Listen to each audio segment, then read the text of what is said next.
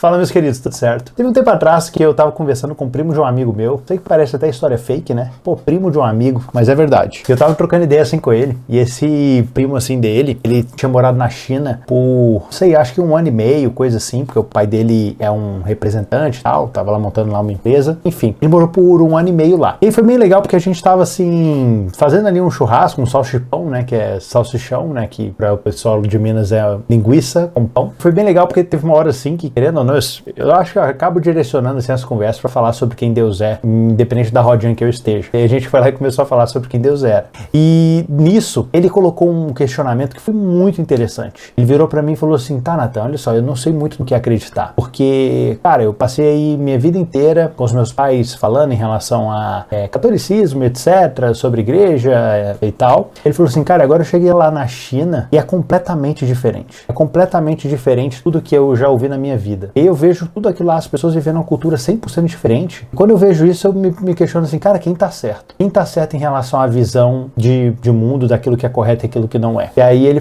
me perguntou, né, o que você pensa sobre isso? Eu falei assim pra ele, falei, mano, seguinte, se for pra gente definir o que é verdade, com base na quantidade de pessoas que acreditam em determinado fato, eu aconselho você, seriamente, a você ir com aquilo que o pessoal acredita lá na China. Porque se for por representatividade numérica, cara, lá dá um banho. Lá tem muito mais pessoas que creem de determinada forma do que aqui no Brasil. Aí ele riu assim, né? E aí eu falei assim, a parte complexa em relação à definição de verdade é porque a verdade ela não é revelada mediante a quantidade de pessoas que acreditam em algo ou não. Entende? Pode ser que só uma pessoa acredite naquilo, mas aquilo vai ser verdade igual, por mais que todo o resto do mundo discorde daquela pessoa. Claro que o discordar aqui, existe aquele discordar porque eu quero discordar, existe aquele discordar que é embasado em fatos que anulam aquela prova que a pessoa exibe ali. Mas enfim, eu não quero complicar aquilo que pode ser simples, não. Tipo assim, a verdade, ela não é provada mediante a quantidade de pessoas pensando de um determinado ângulo de visão. Não é isso que é a verdade. A verdade não é uma democracia. Não é por votação. Se definir, vamos definir o que é a verdade. Não é isso, sabe? Tipo, sei lá, eu mostro pra você alguma coisa, qualquer coisa, tipo, por exemplo,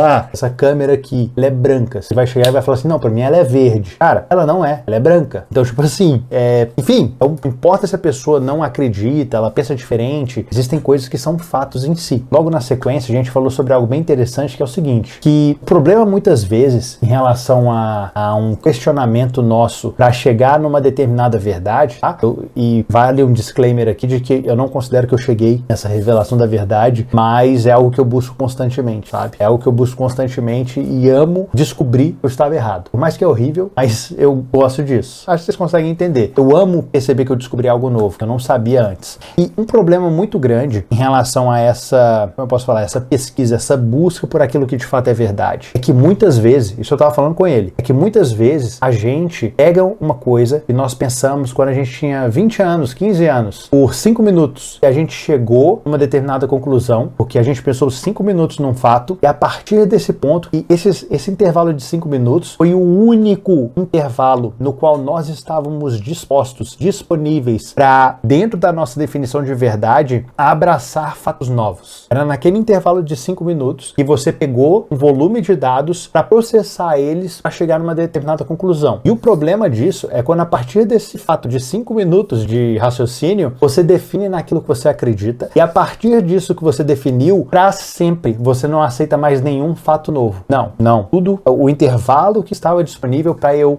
aceitar fatos para chegar a uma conclusão, já passou quando eu estava com 20 anos de idade. A partir de agora eu tomei minha conclusão e a partir de então é essa verdade que eu tenho, é essa verdade, é assim que funciona, é assim que o mundo é. É uma coisa muito idiota, porque se a gente for parar para pensar, muitas das coisas que nós temos hoje por verdade são coisas que de fato a gente só parou para pensar sobre elas por um intervalo muito curto, lá no começo, assim, na nossa adolescência. E a partir de então a gente só fica reforçando aquele pensamento. A gente não para mais para, cara, será que existem outras coisas? Será que eu não abracei um determinado conceito com um viés por trás? De forma que eu anulo o outro simplesmente porque eu quero anular, porque eu não quero saber daquilo? É perigoso. Foi bem interessante porque ele, na hora, ele falou assim, cara, eu percebo muitas coisas que pode-se dizer que eu sou dessa forma. Eu pensei lá atrás e depois disso, preguiça, né, cara? Preguiça, eu não me bloqueei numa posição disponível para repensar isso. Aí eu fui lá e falei assim, cara, só que o ponto é o seguinte, ao mesmo tempo, não importa se você pensou por 5 minutos ou por 10 anos. Tipo, uma pessoa pode ter pensado por 10 anos minutos e ainda assim está equivocada, e uma pessoa pode ter pensado por 5 minutos e ter chegado na conclusão correta. E aí ele falou assim, tá, Nathan, mas você acabou de destruir o argumento que você construiu. E aí eu falei assim, mano, o fato aqui relevante pra definir o que é verdade ou não tá no tempo de processamento, não tá nessas coisas, mas a questão é a seguinte, de que forma os fatos que se anulam, você consegue administrar eles? Como é que você consegue administrar fatos novos? Quando você fala assim, cara, realmente, isso aqui parece ser verdade. Ah, mas isso aqui anula aquilo. Como é que isso funciona? E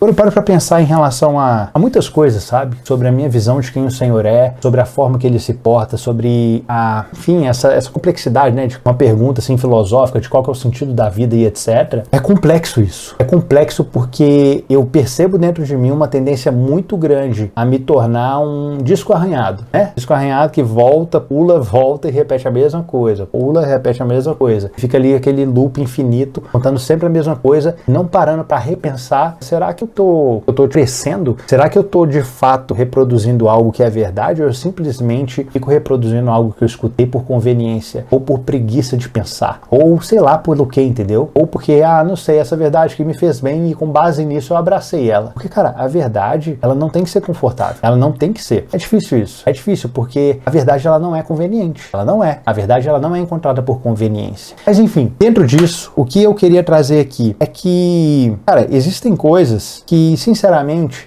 igual minha mãe, ela sempre fala, que é tipo assim, cara, isso aí você está discutindo o sexo dos anjos. Não faz sentido, sabe? Não faz muito sentido você ficar discutindo, será que qual que é o sexo dos anjos? Será que é macho, é fêmea? O que é? Tipo assim, não faz o menor sentido. É uma perda de tempo absurda ficar discutindo esse tipo de coisa. Da mesma forma, até Paulo fala ali na Bíblia que, tipo assim, pra gente não cair em vãs discussões, pra ficar discutindo genealogias intermináveis ou coisas nesse sentido. Existem verdades que elas não são relevantes. Existem fatos que, cara, não faz a menor diferença a gente discutir eles. Mas existem algumas coisas que, por mais incômodo que seja, a gente tem que parar pra pensar um pouco e falar assim, tá, eu penso dessa forma, mas como é que essa situação se encaixa dentro disso? Como é que eu consigo administrar esse conceito com essa parte aqui? Eu sei que a verdade anula muito dos pensamentos que eu tenho. Difícil, eu não quero transformar isso em algo complexo. Mas o que eu percebo é que a gente não pode ser pessoas, a gente não pode se permitir se tornar pessoas que são bitoladas em relação a tipo assim, não, é porque eu penso assim e logo é isso que é verdade. Cara, isso é um argumento muito falho, isso é algo muito idiota pra gente ficar replicando. Cara, eu amo quando eu começo a conversar com uma pessoa e ela tem visões diferentes da minha e a gente começa a discutir, mas de forma, tipo, saudável, o porquê ou um tá certo ou o outro tá errado. Assim, cara, mas eu não vejo isso por causa desse ponto. Mas esse ponto pode ser dessa forma também. E às vezes chega num determinado ponto que eu tenho que falar assim, cara, eu nunca pensei dessa forma. Eu tenho que raciocinar. Nunca tinha olhado isso por esse ponto de vista. E a gente tem que estar flexível pra, de alguma forma, saber discutir com outras pessoas, conversar com outras pessoas pra, na boa, eu não sou o dono da verdade. Às vezes uma pessoa trazer um contraponto é extremamente saudável para que a gente cresça dentro disso. Ao mesmo tempo também, eu detesto, eu não converso com pessoas quando eu percebo que a única intenção por trás de uma pessoa conversar comigo é que ela quer mudar a minha opinião. Ou seja, ela não tá ali para, de alguma forma, compreender a minha forma de pensamento ou qualquer coisa nesse sentido. Na verdade, o único motivo pelo qual uma pessoa está conversando comigo é para que ela me convença de que eu estou errado. Quando eu percebo isso, eu não perco tempo, cara. Perco tempo porque não faz sentido. Enfim, o objetivo aqui desse vídeo, assim, para falar, é porque eu percebo que muitas vezes, muitas pessoas, elas tiveram uma janela de questionamento na qual elas abraçaram fatos em relação a quem o Senhor é lá na adolescência. E era quando pessoas impuseram determinadas coisas para elas que eram incoerentes. As pessoas muitas vezes cobraram delas posturas, quando na verdade, tipo, você sabia que as pessoas não praticavam aquilo que elas estavam exigindo de você. Ou que, ao mesmo tempo, elas colocavam um peso muito grande em determinada parte da Bíblia, mas ao mesmo tempo as outras partes dela, eles agiam por conveniência, diziam que não eram tão relevantes assim. E eu consigo perceber uma dificuldade em abraçar esse conceito mediante essas experiências. Mas o ponto é o seguinte, não é porque uma pessoa tentou te comunicar da forma errada uma verdade, que a verdade que ela estava tentando te comunicar se torna uma mentira, entende? O comunicador não define o contexto da mensagem. Ele pode distorcer a mensagem, mas a mensagem ela tem o valor por si só. E a mensagem do evangelho, a mensagem disso, ela é pura, ela é perfeita. E muitas vezes eu distorço ela. Eu não sou o dono da verdade. Eu simplesmente, às vezes, tenho um pouco de acesso a ela.